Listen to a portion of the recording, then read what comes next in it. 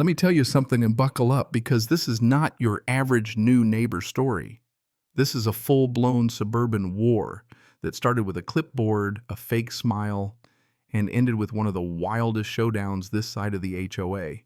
Picture this, you're standing on your porch sipping what you think is going to be a victory coffee after finally buying a place outside any HOA, and the next thing you know, your neighbor's threatening to seize you by force. Yeah, over buying a house. That's the first 3 minutes of my life on Oak Street. So here's how this all spun out 7 days before the whole I'll seize you meltdown. I was walking through what I thought was going to be a sanctuary for me and my daughter Emma.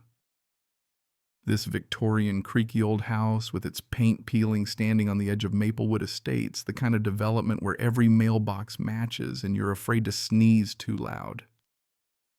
My sister Vicky, a real estate shark, kept pointing out flaws in the place, but I saw good bones, you know? I was already picturing Emma up in the window with her star curtains watching birds and forgetting about the mess that was our recent divorce.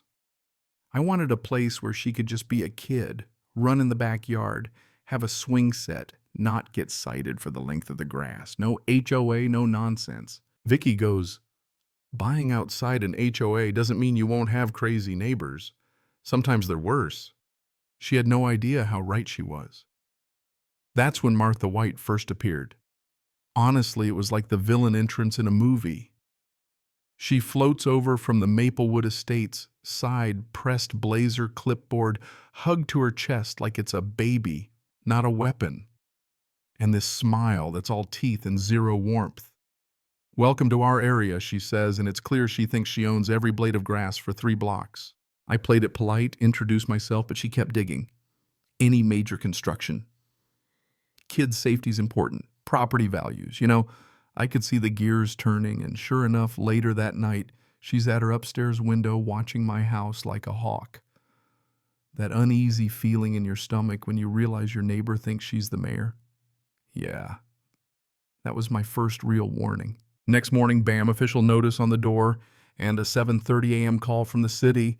Someone's filed anonymous complaints about exposed wiring and child safety hazards. I hadn't even started work yet. Contractors I've known for years suddenly have scheduling conflicts. My electrician Mike says I'm on some kind of watch list. I realize this isn't just nosiness. Martha's orchestrating a campaign. And now my kids' friends at school are telling her it's dangerous to visit my house. My 10-year-old's getting bullied because a grown woman's decided to make us her project. The kicker. A surveyor shows up, utility easement verification, he says. I dig around and realize there's a fiber optic easement on my land worth about 50 grand. So all this safety talk, it's just a smokescreen. Martha wants my property so she can cash in on the easement payout. The whole thing is about money, not community standards. Vicky, who's smarter than most detectives, starts digging through business records and finds Martha's fingerprints all over a shell company Suburban Standards LLC setup just to buy out targeted properties at a friendly price. And every step complaints permit delays, even insurance issues, is designed to force me to sell fast, cheap, and quiet. This is industrial sabotage with Martha at the controls and her husband David. Oh, did I mention he's on city council working the levers behind the scenes? But then we get our first twist. Mrs. Peterson, an old-timer down the block, tells me about Martha's grandma, Eleanor White, the woman who actually built this community. Eleanor's letters, her photos, her will, all about welcoming families, letting kids play, protecting the neighborhood from control freaks. Martha twisted those wishes into a trust fund racket. If property values drop, Martha loses a $2 million inheritance. That's why she's desperate to keep undesirable people like me and Emma out. Things get ugly. Anonymous calls to Child Protective Services. A destroyed swing set. Sell now spray painted across my garage.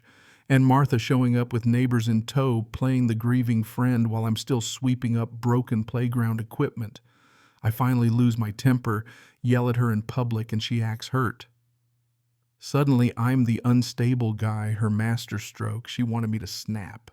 But Emma, my little detective, starts gathering evidence. Screenshots of Martha's online posts, recordings of her threats, everything. When CPS shows up, Emma calmly explains what's really going on and shows them the proof. The social worker's no fool. She sees right through Martha's act and flips the investigation on its head.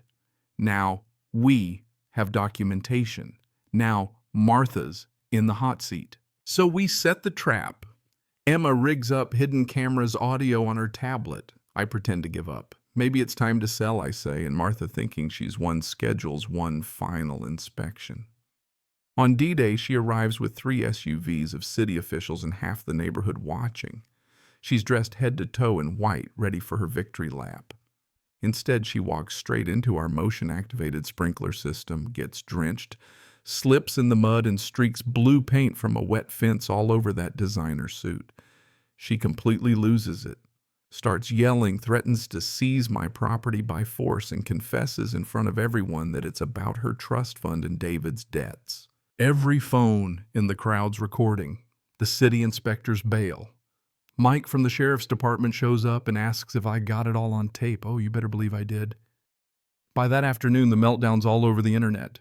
Martha's face, smeared with mud and paint, is going viral for all the wrong reasons. Council calls an emergency meeting. Mike lays out the whole conspiracy.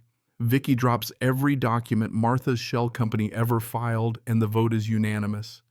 David suspended Martha's out, and my unsafe house is declared the safest place in the county. The IRS and the feds start sniffing around Martha's finances. Turns out my case was just the tip of a massive fraud iceberg. Mrs. Peterson is elected HOA president and brings Eleanor White's vision back. No more anonymous complaints. No more bullying families with kids. Emma gets to cut the ribbon at the new neighborhood playground built on the land where Martha's house used to stand after her legal bills swallowed her inheritance. My daughter goes from victim to local hero, talking to kids at school about standing up to bullies, whether they're on the playground or hiding behind a clipboard. And me. My business booms. Turns out people like hiring the guy who took on City Hall and won. On warm evenings, Emma and I sit on our porch swing, watching kids laugh and play exactly the way Eleanor wanted it. So here's my question for you. When you see a bully hiding behind community standards, do you stand up or keep your head down? Ever had a neighbor go full villain like Martha? Drop your wildest HOA stories in the comments. Let's see, who's got the craziest tale? If you stuck with me this long, give it a like, share your thoughts, and hey, maybe your story will be the next one I tell.